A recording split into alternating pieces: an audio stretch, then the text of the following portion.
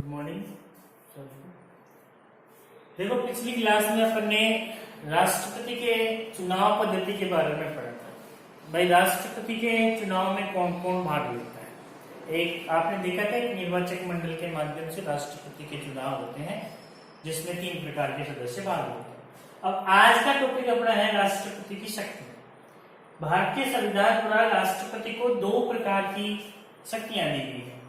एक आपातकालीन शक्तियां, यानी जब देश पे किसी भी प्रकार का कोई संकट उत्पन्न हो या कोई खतरा उत्पन्न हो, उस समय भारत का राष्ट्रपति कौन कौन सी शक्तियां अपने पास रखता है, कौन कौन सी शक्तियों का वो प्रयोग कर सकता है, तो वो जो हो जाएगी आपातकालीन शक्ति। दूसरी सामान्यकालीन शक्ति, यानी शांति काल, यानी जो आज की जो स्थिति है उस समय राष्ट्रपति के पास कौन कौन सी शक्तियां होती है। तो इस तरह से राष्ट्रपति की शक्तियों को मुख्य रूप से 2 भागों में बांटा गया है। अपन सबसे पहले आपातकालीन शक्तियां पढ़ते हैं, फिर बाद में आपातकालीन शक्तियों को पढ़ने के बाद अपन सामान्यकालीन शक्तियां। आपातकालीन शक्तियों की बात करें तो आपातकालीन शक्तियों को अपन 3 भागों में बांट सकते हैं। आपातकालीन शक्तियां मतलब राष्ट्रपति के पास कितनी है? 3 शक्तियां हैं। उनमें सबसे पहले है राष्ट्रीय। पहले अपन संवैधानिक बात भी करें कि राष्ट्रपति के पास जो ये आपातकालीन शक्तियां हैं, संकट काल में जब वो इन शक्तियों का प्रयोग करता है, तो भारतीय संविधान में कहां पर इनकी व्यवस्था की गई है? तो भारतीय संविधान का जो आर्टिकल अनुच्छेद 352 से लेकर 360 तक जो है, वहां पर यह आपातकालीन शक्तियों की व्यवस्था की गई है।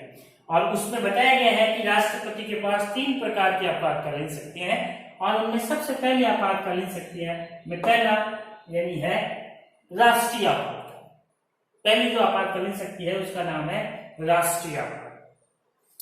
राष्ट्रपति अनुच्छेद 352 का प्रयोग करके, जैसे आपको बता दिया था मैंने, राष्ट्रपति अनुच्छेद 352 का प्रयोग करके पूरे देश में या देश के किसी भी भाग में ये आपातकाल लगा सकते हैं। अनुच्छेद की बात करें, आर्टिकल की बात करें, तो आर्टिकल 352 के अंतर्गत राष्ट्रपति राष्ट्रीय आपातकाल लगा सकता है। अब अगला है कि यह आपातकाल क्यों लगाता है? कोई ना कोई कारण तो होगा इसके पीछे, आपातकाल के पीछे। तो इसके पीछे अपने संविधान में 3 कारण बता रखे। इस आपातकाल के लगाने के पीछे भारतीय के संविधान में 3 कारण बता रखे। उसमें से आप देखो, पहला कारण है आक्रमण। पहला, जब कोई दूसरा देश भारत का आक्रमण कर देता है तब भारत का राष्ट्रपति ये आपातकालीन शक्ति का प्रयोग कर सकता है, यानी आपातकाल लगा सकता है। दूसरा, जब भारत के साथ किसी का युद्ध चल रहा होता है तब भी ये आपातकाल लगाया जा सकता है। तीसरा, आंतरिक अशांति, यानी देश में जब आंतरिक अशांति हो जाए, मतलब लोग धरना प्रदर्शन हड़ताल वगैरह करने लग जाए, सरकारी व्यवस्था को बाधित करते हैं, सरकारी काम को बाधित करते हैं, तो उस ऐसी आंतरिक स्थिति उत्पन्न हो जाए तो भारत का राष्ट्रपति आपातकाल लगा सकता है। तो इस तरह से 3 कारणों की वजह से यह आपातकाल लगाया जा सकता है। बताया मैंने, पहला, जब कोई भी दूसरा देश भारत पर आक्रमण कर दे, जब भारत का किसी दूसरे देश के साथ युद्ध चल रहा होता है, या फिर अपने देश में आंतरिक अशांति की स्थिति उत्पन्न हो जाए, यानी सरकार के खिलाफ, सरकार को काम नहीं करने दिया जाए संविधान में, तो इस तरह से ये हो गया। अब देखो, भारत में अब तक ये आपातकाल 3 बार ही लगा है। 3 कारणों से लगता है और 3 बार आपातकाल लगा है। पहली बार ये आक्रमण की वजह से लगा था जब अक्टूबर 1962 में चीन के द्वारा भारत पे आक्रमण किया गया था। उस समय राष्ट्रपति ने इन शक्तियों का प्रयोग करके देश में आपातकाल लगाया था। तो पहली बार चीन के आक्रमण के समय, चीन का आक्रमण कब हुआ था? 1962 में हुआ था। दूसरा कारण मैंने बताया था युद्ध की वजह से पाकिस्तान के साथ युद्ध हो रहा था 1971 में। उस समय भी भारत के राष्ट्रपति ने इस आपातकालीन शक्तियों का प्रयोग किया था। इस 1971 के युद्ध से ही आज का जो बांग्लादेश है वो बना था। तो भारत पाकिस्तान के मध्य युद्ध चल रहा था, इसलिए राष्ट्रपति ने यह आपातकाल लगाया था।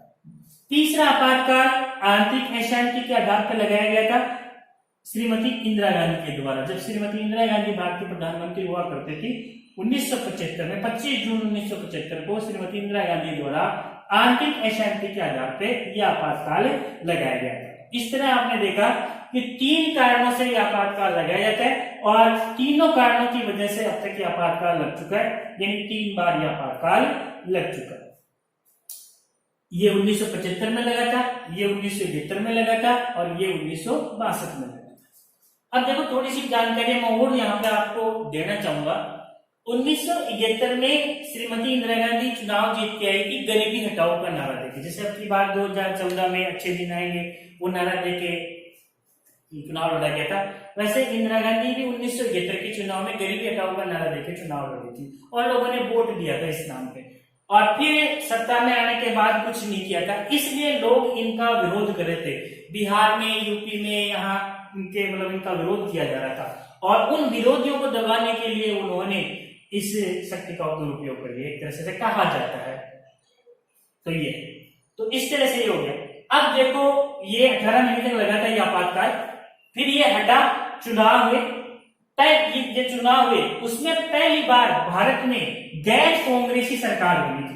अब तक 1952 से लेकर 1952 में पहले आम चुनाव हुए थे, वहां से लेकर 1977 तक लगातार केंद्र में कांग्रेस की सरकार रही थी। लेकिन यह आपातकाल लगने के बाद, ये हटने के बाद जब दोबारा से चुनाव हुए 1970 में, तो पहली बार दूसरे दलों की सरकार बनी और मोरारजी देसाई भारत के प्रधानमंत्री बने। अच्छा बोलते हैं गैर कांग्रेसी प्रधानमंत्री, पहले गैर कांग्रेसी प्रधानमंत्री तो मोरारजी देसाई। कब बनी थी सरकार? 1977 में, 78 में।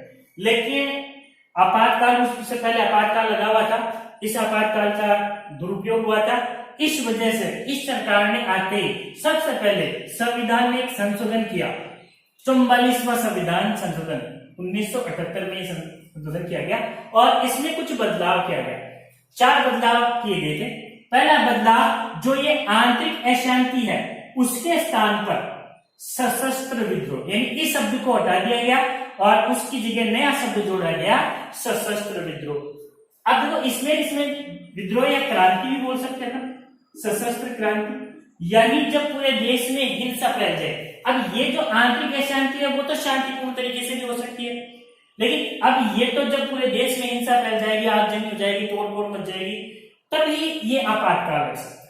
ठीक है, यानी अब इसका दुरुपयोग नहीं हो सकता, जैसा इंदिरा गांधी ने उस समय किया होगा। दूसरा, पहले जो क्या था, इसमें मंत्रिमंडल की केवल मौखिक सिफारिश के आधार पर भारत का राष्ट्रपति आपातकाल लगा सकता था, लेकिन अब इस संविधान संशोधन द्वारा उसमें दूसरा बदलाव ये किया गया कि मंत्रिमंडल की लिखित सिफारिश होना आवश्यक है। इसकी लिखित सिफारिश के बगैर ये आपातकाल नहीं लगाया जा सकता, तो ये थोड़ा सा इसका प्रावधान और कर दिया। तीसरा और चेंज किया गया इसमें, पहले यह आपातकाल लगने के बाद 2 माह के अंदर संसद की अनुमति आवश्यक थी, लेकिन अब उसको भी घटाकर इसको 1 माह कर दिया। पहले 2 माह की अनुमति आवश्यक थी, 2 माह के अंदर, और अब इसको घटाकर कितना कर दिया, 1 माह कर दिया गया। ये बदलाव किया गया। और अगला और लास्ट बदलाव ये किया गया कि अगर इसको वापस हटाना है इस आपातकाल को, तो संसद का केवल जो ये लोकसभा सदन है वो अपने साधारण बहुमत से प्रस्ताव पारित करके भी आपातकाल को हटाया जा सकता है। तो इस तरीके से ये जो आपका पहला आपातकाल है वो कंप्लीट हो गया, और दूसरा आपातकाल और देखेंगे बाद में। तो ये पहला। अब देखो आप ये भी सोच रहे होंगे भाई इसमें होता क्या, विशेष क्या बात है?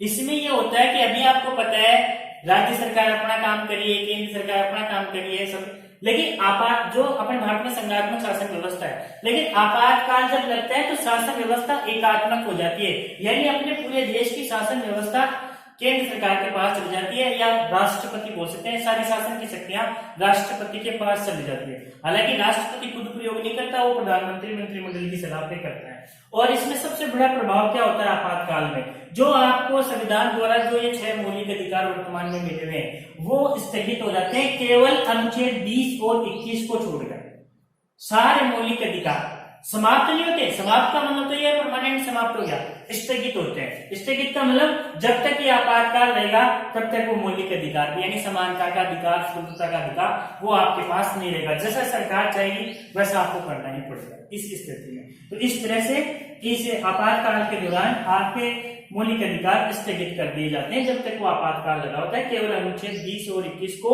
छोड़कर। ठीक है।